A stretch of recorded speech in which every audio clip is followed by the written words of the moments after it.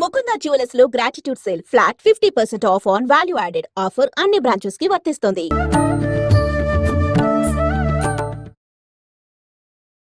నమస్కారం, welcome to I dream. ధర్మ మార్గం విత్ విజిత కార్యక్రమానికి స్వాగతం.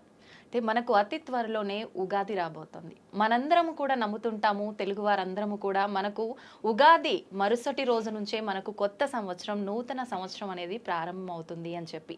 అయితే గత సంవత్సరము క్రోధినామ సంవత్సరము అని చెప్పి మనం విన్నాము, మాట్లాడుకున్నాము. దానికి సంబంధించిన ఇబ్బందులు ఎలా ఉండబోతున్నాయి అనే విషయాలు ఆ పేరులోనే ఉంది అని చెప్పి మనం చాలా భయపడ్డాము. అలాంటివన్నీ కూడా చవి చూడడం అనేది జరిగింది. అయితే ఇప్పుడు రాబోతున్న ఉగాదికి మనకు రాబోతున్న తెలుగు నూతన సంవత్సరము శ్రీ విశ్వవసునామ సంవత్సరము. మరి ఈ సంవత్సరం ఎలా ఉండబోతోంది? మనం క్రోధి అని విన్నప్పుడు క్రోధి అనగానే కోపము అని చెప్పి పేరులో కొంతవరకు మనం అర్థం చేసుకోగలిగాము. అది వాస్తవమా అని అవాస్తవమా అని. కానీ విశ్వవసునామ సంవత్సరము అంటే మనకు అంతు చిక్కని విధంగా అయితే ఉంది. అసలు ఏంటి విశ్వవసునామ సంవత్సరం ఎలా ఉండబోతోంది? మనకు గత సంవత్సరంతో పోలిస్తే ఈ సంవత్సరం ఎటువంటి ఇబ్బందులు ఉండబోతున్నాయి, ఎటువంటి మంచి ఫలితాలు ఉండబోతున్నాయి? మామూలుగా ఉగాది అనగానే పంచాంగ శ్రవణం, నిజంగా ఉగాది అనగానే షడ్రుచుల కలయిక, నవనాయకుల ఫలితాలు, ఇలాంటివన్నీ కూడా మనం మైండ్లో కదలాడుతూనే ఉంటాయి, మెదలాడుతూనే ఉంటాయి. వీటన్నిటి గురించి క్లుప్తంగా తెలుసుకునేదాకా మనందరికీ కూడా అసలు నిద్రే పట్టదని చెప్పాలి. అయితే వీటన్నిటి గురించి తెలియజేయాలి అనంటే వాటన్నిటిపైన మంచి అవగాహన ఉన్న వ్యక్తి అయితే బాగుంటుంది అనిపించింది. అందుకే ఇప్పుడు నేను ఒక మంచి వ్యక్తిని మీ ముందుకు తీసుకురాబోతున్నాను ఈ విషయాల గురించి చర్చించడానికి. ప్రస్తుతం నాతో పాటు ఉన్నారు ప్రముఖ ఆధ్యాత్మికవేత్త, పంచాంగకర్త. ఆయన పంచాంగ శ్రవణము అనంటే మీ అందరికీ ఎంతో సుపరిచితం. ఆయన మీ అందరికీ ఎంతో సుపరిచితం. ఆయన గురించి నేను పెద్దగా చెప్పాల్సిన అవసరం లేదు. ఆయనే బ్రహ్మశ్రీ చిలకమర్తి ప్రభాకర చక్రవర్తి శర్మ గారు. ఇప్పుడు వారితో మాట్లాడి మరిన్ని విషయాలు తెలుసుకునే ప్రయత్నం చేద్దాం నూతన సంవత్సరానికి సంబంధించి. నమస్కారం అండి. నమస్కారం అండి. ఎలా ఉన్నారు? బాగున్నాను. ముందుగా మీకు శ్రీ విశ్వవసునామ సంవత్సర ఉగాది శుభాకాంక్షలు. మీకు అలాగే ఐ డ్రీమ్ ఛానల్ ప్రేక్షకులందరికీ కూడా శ్రీ విశ్వవసునామ సంవత్సర ఉగాది శుభాకాంక్షలు. ధన్యవాదాలండి. నా తరఫున, మా ప్రేక్షకులందరి తరఫున కూడా. మరి మకర రాశి వారికి విశ్వవసునామ సంవత్సరంలో ఎలా ఉండబోతోంది? వారు ఎటువంటి పరిహారాలు చేసుకుంటే శుభ ఫలితాలు పొందే అవకాశం ఉంది? మకర రాశి వారు శ్రీ విశ్వవసునామ సంవత్సరంలో చిలకమర్తి పంచాంగరీత్యా ఈ రకమైనటువంటి గ్రహస్థితి ఉంది. మకర రాశి వారికి శని తృతీయ స్థానంలో అనుకూలంగా సంచరించడం, మకర రాశి వారికి శత్రు స్థానంలో బృహస్పతి, వాక్ స్థానంలో రాహు, అష్టమ స్థానంలో కేతు యొక్క సంచారం చేత ఎవరైతే మకర రాశి వారు మాకు ఏలినాటి శని అయిపోయింది అంతా బాగుంటుంది అనుకుంటున్నారో శ్రీ విశ్వవసునామ సంవత్సరంలో ఖచ్చితంగా జాగ్రత్తలు తీసుకోవాల్సిన సంవత్సరం. ఏలినాటి శని ప్రభావం అయిపోయినప్పటికీ వాక్ స్థానం రాహు, శత్రుస్థానం బృహస్పతి ప్రభావం మకర రాశి మీద అధికంగా ఉంది. శత్రు వర్గాలతో ఇబ్బందులు, నరఘోష, ఏడుపులు మీకు అధికంగా ఉంటాయి. మకర రాశి వారు ఎదుటి వారితో మాట్లాడేటప్పుడు ఆచితూచి వ్యవహరించాలి. ఎదుటివారికి మీరు ఏదో పొగరుగా ఉండేటువంటి అనుమానాలు ఈ సంవత్సరం కలుగుతాయి. దానివల్ల మీకు శత్రుత్వాలు పెరిగేటువంటి స్థితి కనబడుతుంది.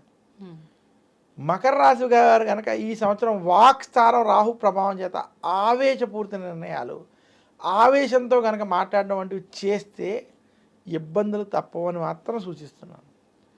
మకర రాశి ఉద్యోగస్తులకు ఉద్యోగ మార్పులు, ఉద్యోగంలో ఇబ్బందులు, రాజకీయ ఒత్తిళ్ళు అధికంగా ఉన్నాయి. మకర రాశి రాజకీయ నాయకులకు ఈ సంవత్సరం అంత అనుకూలంగా లేదు. మాట్లాడేటప్పుడు జాగ్రత్తగా వ్యవహరించాలి. మకర రాశి రైతాంగం, సినీ రంగం, మీడియా రంగం వంటి రంగాల్లో ఉన్నటువంటి వారికి మధ్యస్థ సమయం. మకర రాశి వ్యాపారస్తులకి ఈ సంవత్సరం కొంత అనుకూలంగా ఉంది. వ్యాపారపరంగా ముందుకెళ్తారు.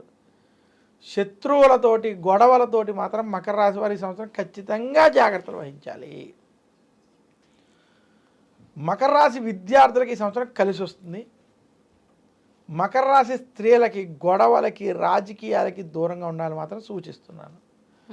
మకర రాశి వారు మరింత శుభ ఫలితాలు ఈ సంవత్సరం పొందాలి అనుకుంటే దుర్గాదేవిని, సుబ్రహ్మణ్యుడిని పూజించడం. మకర రాశి వారు కనుక ఆరోగ్య సమస్యలు ఉంటే విఘ్నేశ్వరుని కూడా కేతుగ్రహ అనుగ్రహం కోసం పూజించాలి. ఇక మకర రాశి వారు గురు బలం కోసం దక్షిణామూర్తిని పూజించడం మంచిది. దక్షిణామూర్తి స్తోత్రాన్ని పారాయణం చేసుకోవడం మంచిది. ఆఖరణ అసలు ద్వాదశ రాశుల్లో ప్రత్యేకించి కొన్ని రాశులు బాగున్నాయి, కొన్ని రాశుల పైన ఈ ప్రభావం ఉంది అని చెప్పుకోవాలంటే ఎటువంటి రాశులు?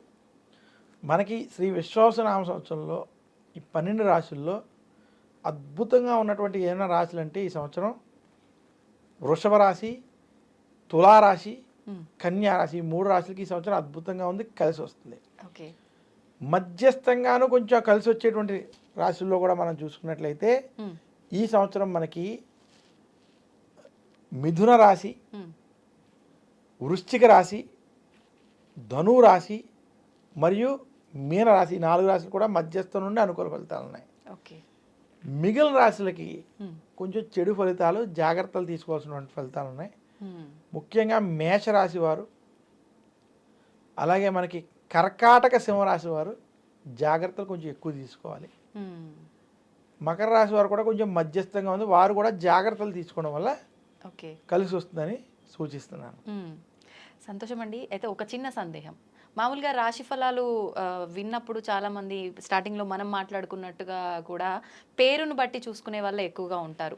అయితే పేరును బట్టి చూసుకున్న వాళ్ళకి ఇది 100% మాత్రం వర్తించదు, అది వాళ్ళ వ్యక్తిగతాన్ని బట్టి ఉంటుందంటారు కదా, దీన్ని ఎవరు ఎంతవరకు తీసుకోవచ్చు అంటారు?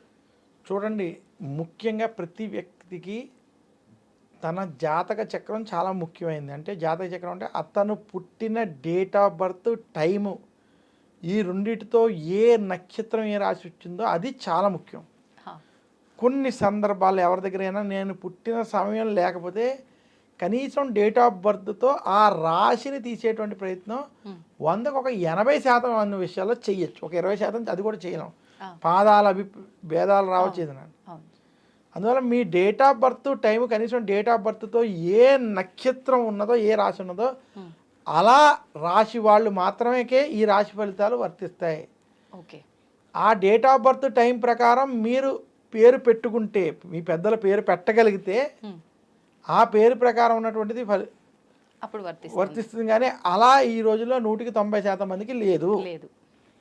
అందువల్ల ఇది మనం ఎక్కువ ప్రాధాన్యత ఇవ్వకుండా మీ డేట్ ఆఫ్ బర్త్ టైంని బట్టి ఏ రాశి ఉందో ఆ రాశి ఫలితాలు, ఈ గోచార ఫలితాలు మనం చూసుకోవాలి. అవి ఖచ్చితంగా వాళ్ళకి తెలుస్తాయి, వర్తిస్తాయి. సంతోషం అండి. నిజంగా చాలా డీటెయిల్గా, క్లుప్తంగా రాశి ఫలాల గురించి అయితేనే కానివ్వండి, నవనాయకుల ఫలితాలు అయితేనే కానివ్వండి, చాలా మందిలో ఆల్రెడీ స్టార్ట్ చేసేసారు సోషల్ మీడియాలో దీనికి సంబంధించిన విషయాలు చెప్పడం అనేది. ప్రజల్లో చాలా భయాలు కూడా మొదలయ్యాయి. ఇందాక మీరు చెప్పినట్టుగా షష్టగ్రహ కూటమి, పంచగ్రహ కూటమి, వీటి వల్ల చాలా ప్రమాదాలు రాబోతున్నాయని, కరోనా కన్నా మించిన మహమ్మారి రాబోతోందని, ఇలాంటి మాటలు వినటం వల్ల భయభ్రాంతులకు గురవుతున్నారు ప్రజలంతా కూడా. నిజంగా వాటి నుంచి మీ మాటలు చాలా ఉపశమనం కలిగించేలా ఉన్నాయి. సంతోషం అండి, చాలా మంచి విషయాలు తెలియజేశారు. ధన్యవాదాలు.